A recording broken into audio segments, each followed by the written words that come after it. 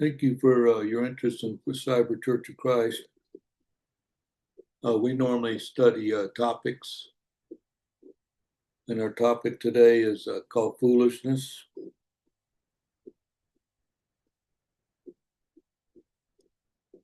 We know we have PDFs, or if you're watching our YouTube channel, we've got about 200 lessons, but you're always feel free to contact us at any time for any Bible question. We'll be happy to answer it.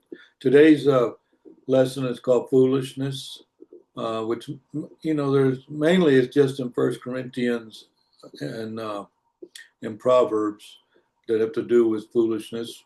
And if you looked up in the Strongs, you'd see that there's no definition really. It just says foolishness is what the Greek name for it was. But the dictionary definition I have up here is foolishness is a lack of good sense or judgment, and also called stupidity. So because I have friends that think of teaching Bible and going to church and things as foolishness, that is not logical, and they can do things basically without saying that I'm stupid. So it does meet the definition of foolishness. Let's start off with Proverbs 12:23. 12:23 Proverbs. A prudent man concealeth knowledge, but the heart of fools proclaimeth foolishness. Okay, so whoever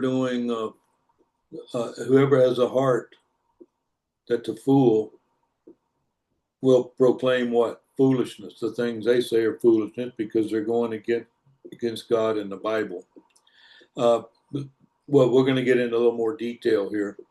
And mainly this is because, you're atheist and people that don't believe, there's people that don't even believe they have a spirit in them. And they would consider what we do as a church foolishness. And because basically they're too smart for the Bible.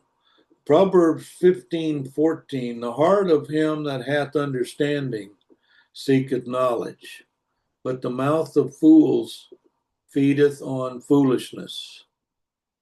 Okay.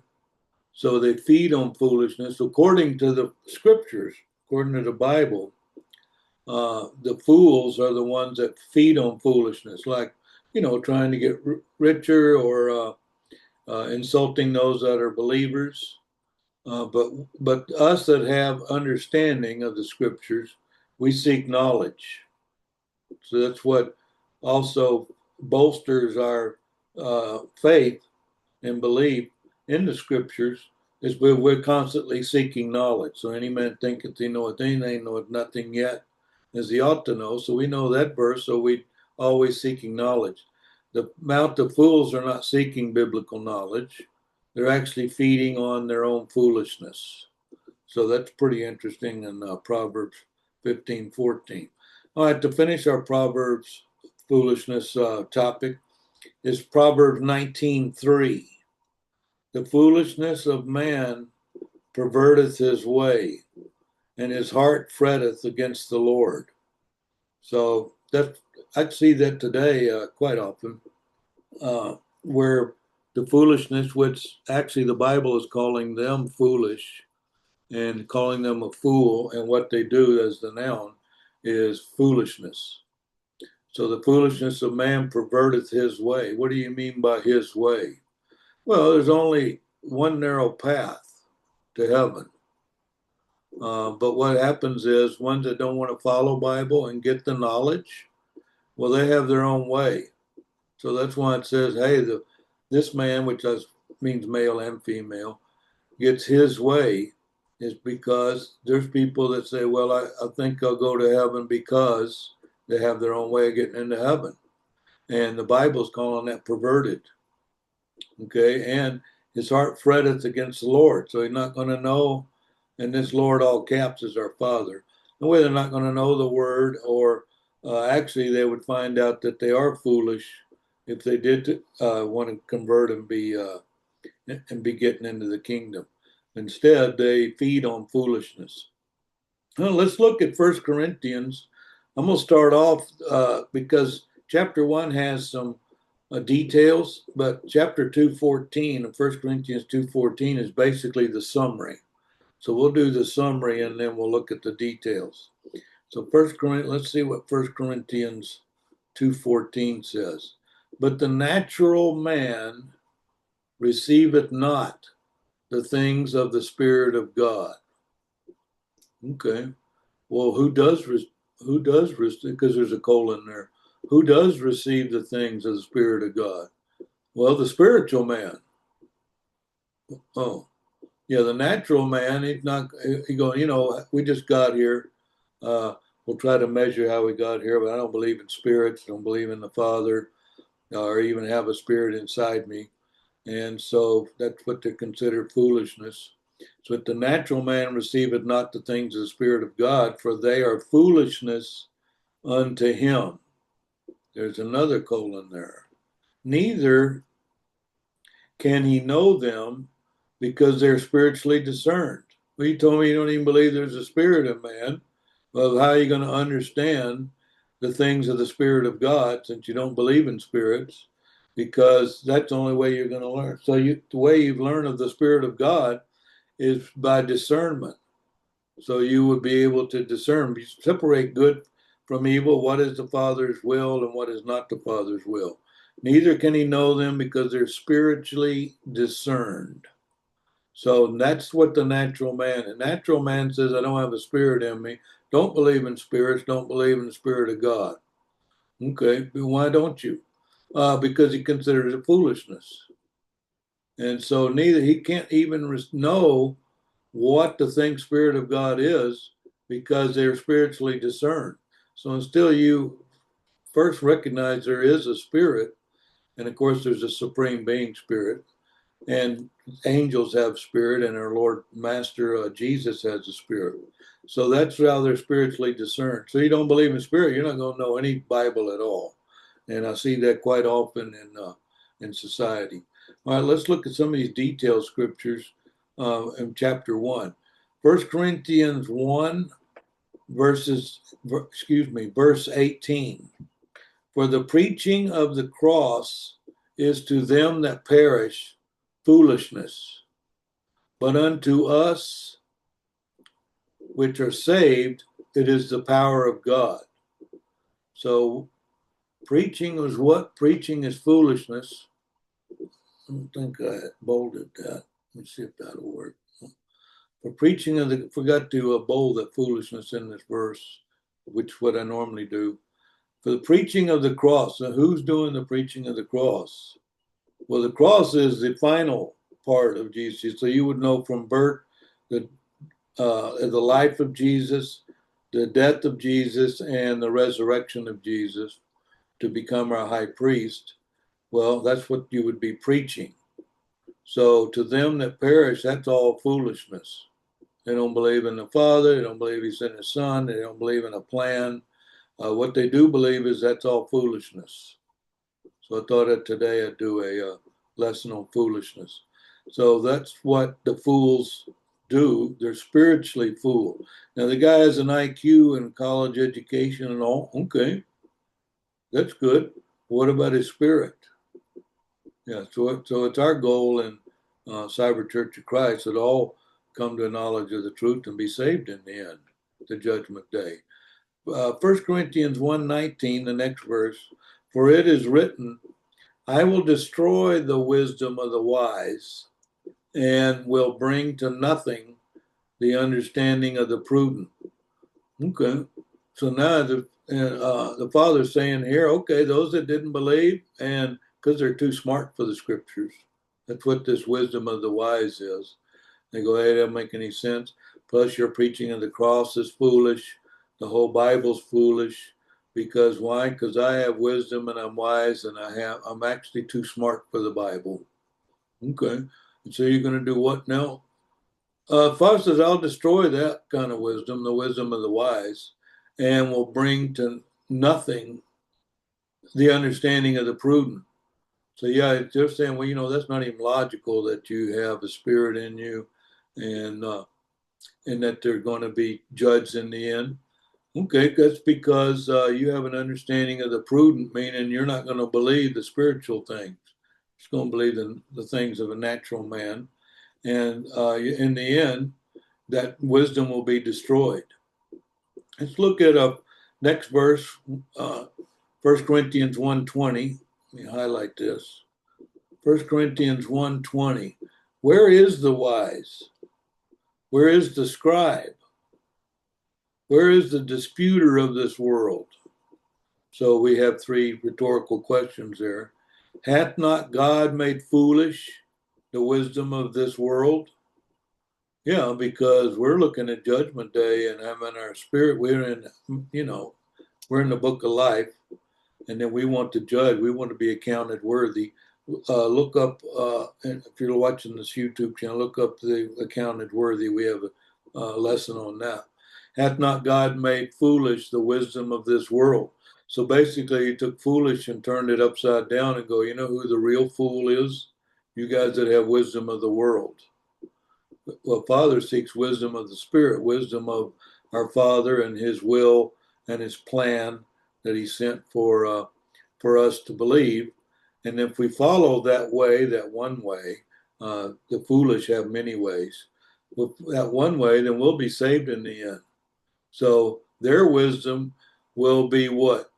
Will be destroyed at the judgment day, because every knee shall bow and they'll now deal with facts. So they dealt with facts and not faith while they were alive on planet Earth, and said, hey, that preaching you do there is foolishness. The whole Bible's foolishness. Okay, now when we get to the judgment day and there is no planet Earth, they go, oh, well, I'm still going to deal with facts and not faith because facts are in front of me. Yeah, and now he's made foolish. God has made foolish the wisdom of the world. So that's what you end up with. So basically, you're too smart for the Bible. That's what happens. 1 Corinthians 1:21, the next verse. For after that, in the wisdom of God, the world by wisdom knew not God. Okay, so you're talking about worldly wisdom, not spiritual wisdom. Yeah, we got a wisdom of God right here. Wisdom of God. And then the world has their own wisdom. The world has their wisdom, and because they knew not God. Okay, so you're depending on the wisdom of your brain and how you think, and you don't believe any of this Bible thing. Right. Okay, well, after that, in the wisdom of God, the world by wisdom knew not God. Yeah, too smart for the Bible. And it pleased God by the foolishness of preaching to save them that believe. So if you plan on being a preacher, plan on those that don't believe to consider that foolishness. But preaching the word and preaching what God has sent and what God has written for us, it's pleasing God. Okay, so pleasing God is by the foolishness of preaching. You guys call that foolish because we were preaching out of the Bible, but the Father, He's pleased by that.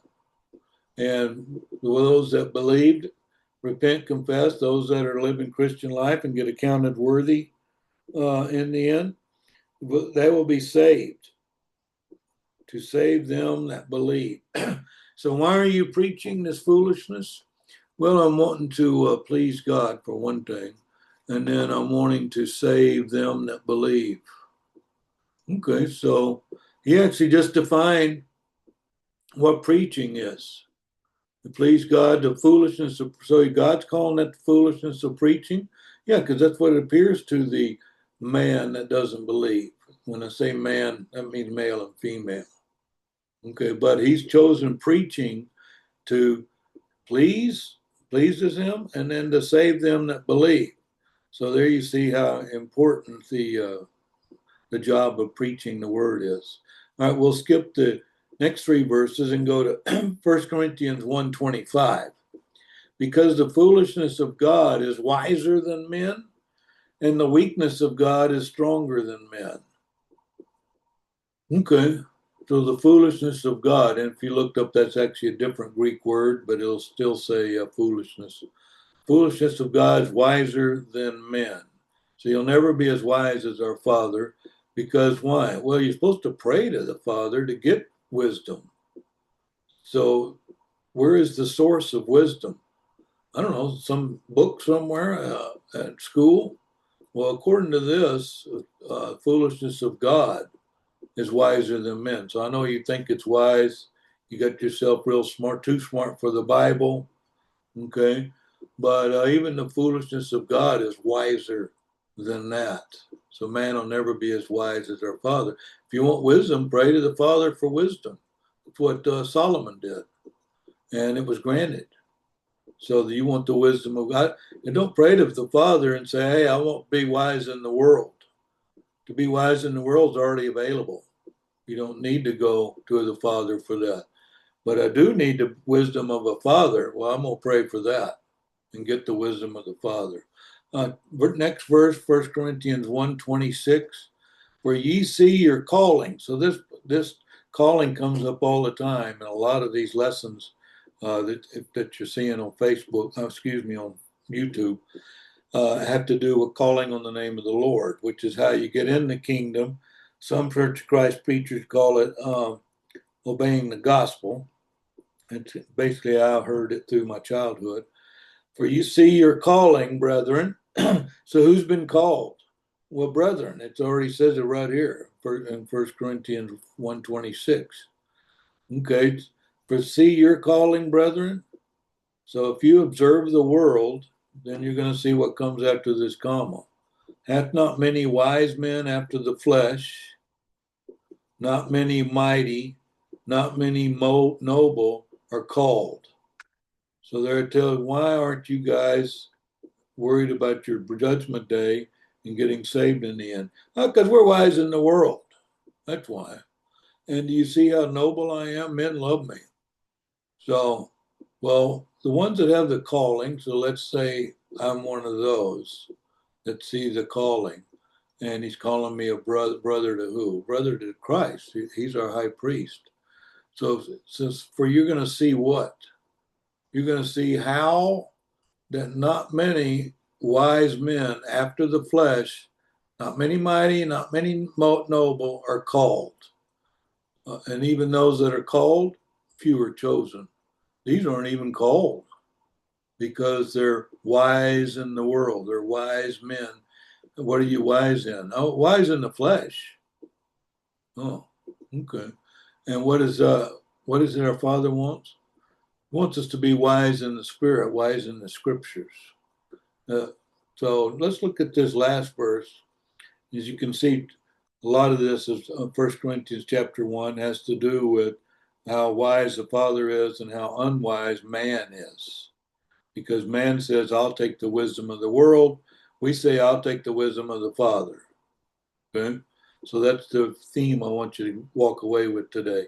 But God had chosen, this is verse 27, 1 Corinthians 1, but God had chosen the foolish things of the world to confound the wise.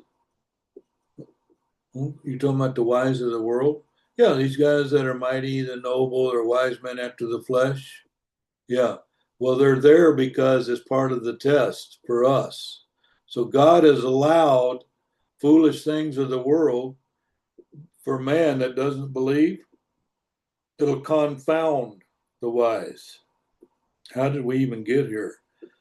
Well, it was creation. Well, I don't know. I don't believe in that. I'm going to have to go measure stuff. Okay. So the foolish things of the world are there, and you're going to be confounded, is what's going to happen. And God has chosen, let's look at the last part of this verse. And God had chosen the weak things of the world to confound the things which are mighty. Well, who's calling things weak? All these verses. People that are too wise, too smart for the Bible. So since they're too smart for the Bible, they've chosen the weak things of the world, not the wise things in heaven, not the wise things of being saved in the end. That's what we look after as Christians. We're brethren, and we see that not many wise men are going, and wise men after the flesh are not even going to be called. Or are we available to teach the calling?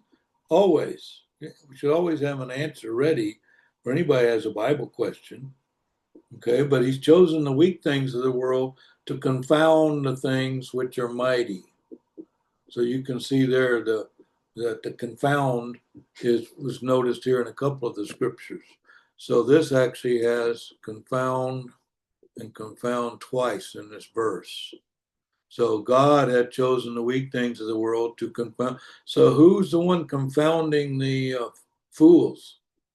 Well, our Father has that in the world, and we overcome the world. We want to be saved in the end.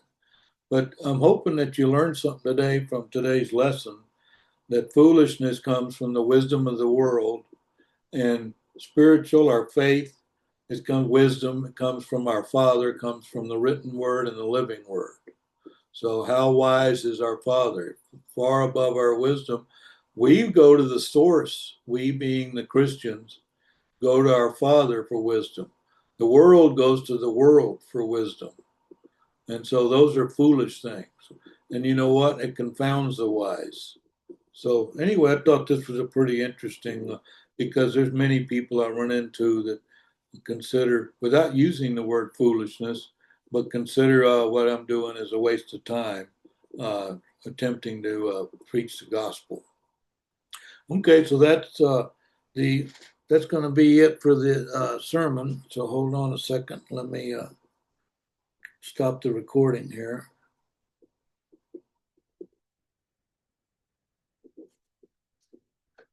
We hope you have a great day.